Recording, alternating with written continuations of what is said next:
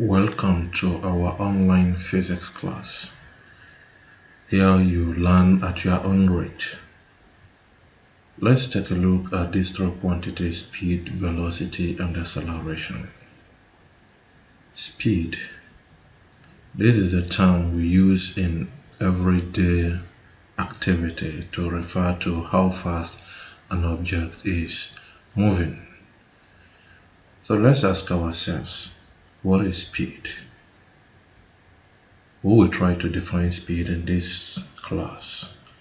Speed is defined as the rate of change of distance with respect to time. Most of the times we may need to calculate average speed of a moving object.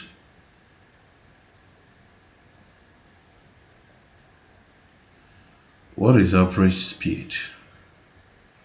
Average speed is equal to distance all over time taken to cover that distance. Let us represent speed or distance with s and represent time with t. Average speed then will be equal to s. Average speed will be equal to s, which is distance, over t, which is time. This implies that speed is equal to change in distance all over change in time. That is the time required to change the distance. Now let's take a very simple example. If a student walks a distance of 3 kilometers in 20 minutes, what is his average speed? Now, from the definition,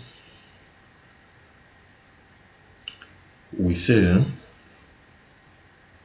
that speed is equal to distance over time. Yes, distance over time. That's s over t. And remember that our distance here is 3 kilometers.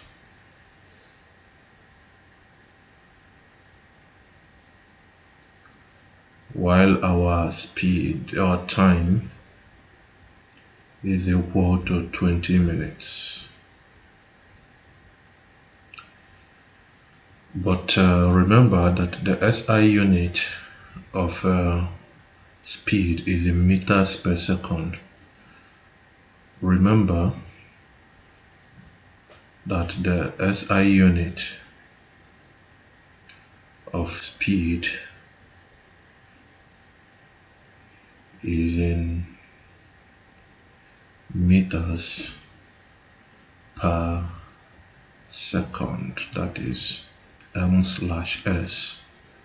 It's like just say meters over second, or you can say ms to power -1. -1 here is the reciprocal, meaning m over or m times 1 over s.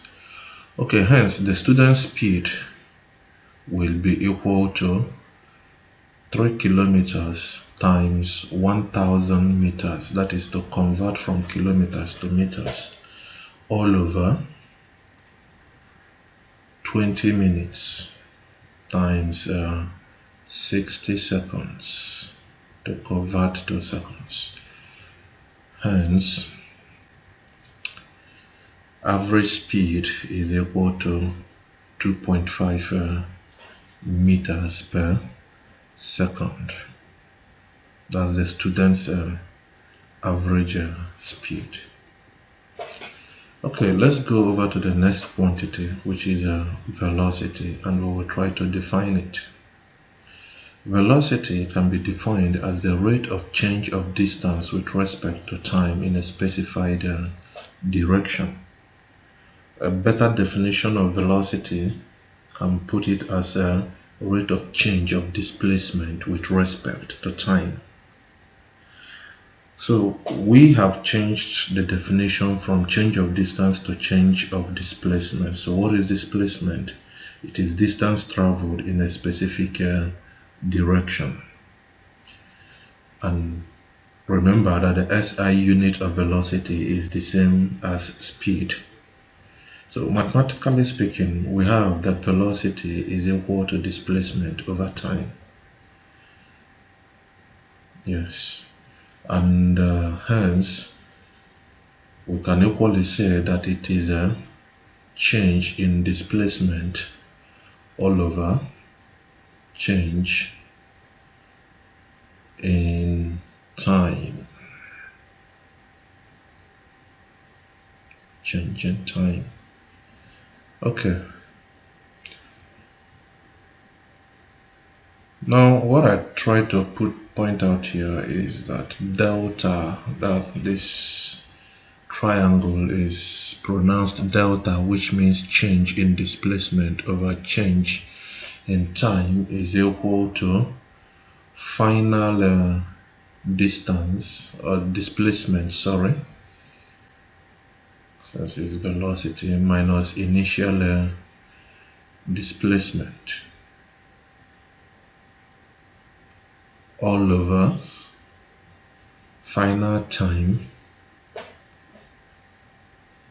minus initial time. There's some problems, they might not give you all the quantities, so you use this last one to find it out. Okay, let's take a look at rectilinear acceleration. In physics, linear means straight line, therefore rectilinear acceleration means the rate of change of velocity along a straight line path in a given time. When we say change in velocity, it can be an increase or decrease in velocity. Well, when we say increase, it accelerates, and decrease is to decelerate. Hence, acceleration can be defined as the increasing rate of change of velocity with respect to time, while deceleration can be defined as the decreasing rate of change of velocity with respect to time. A better term for deceleration is retardation, which sounds more scientific, or we can equally say negative acceleration. Mathematically speaking, acceleration is equal to change in velocity all over change in time. Yes, time taken for the change. Hence, we can equally say that change in velocity is equal to final velocity minus initial velocity, and change in time is equal to final time minus initial time.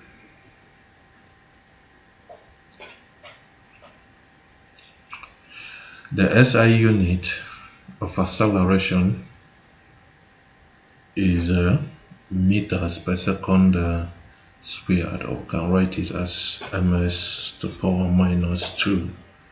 Here we are going to take a break and see you in the next episode, where we will deal with the equations for motion, and we'll take a look at all the calculations that are involved with these three quantities.